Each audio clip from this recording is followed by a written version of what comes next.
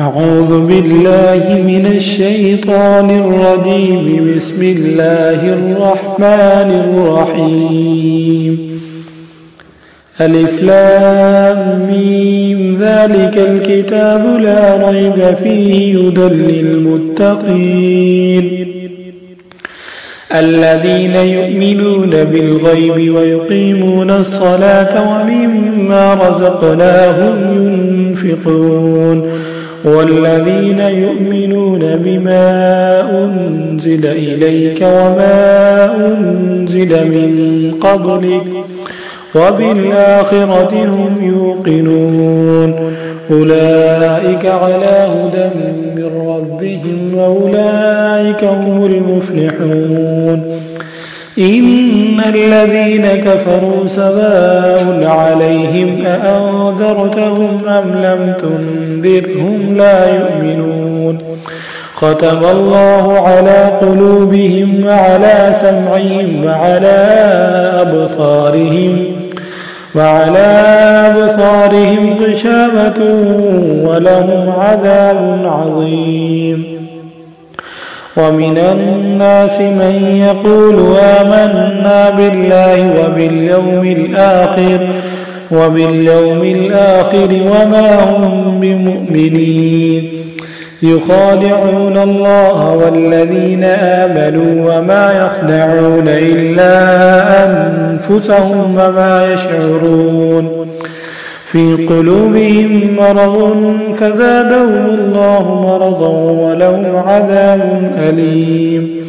ولهم عذاب أليم بما كانوا يكذبون. وإذا قيل لهم لا تفسدوا في الأرض قالوا إنما نحن مصلحون ألا إنهم هم المفسدون ولكن لا يشعرون. وإذا قيل لهم آمنوا كما آمن الناس قالوا أنؤمن كما آمن السفهاء ألا إنهم هم السفهاء ولكن لا يعلمون. وإذا لقوا الذين آمنوا قالوا آمنا وإذا خلوا إلى شياطينهم قالوا إنا معكم إنما نحن مستهزئون. الله يستهزئ بهم ويمدهم في طغيانهم يعمهون.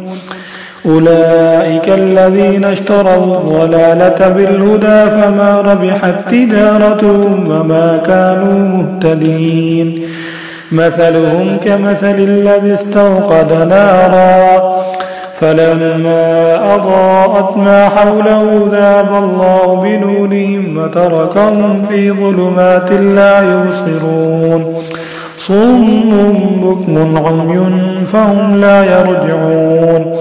أو كصيب من السماء فيه ظلمات ورعد وبرق يجعلون أصابعهم في آذانهم من الصواعق حذر الموت والله محيط بالكافرين.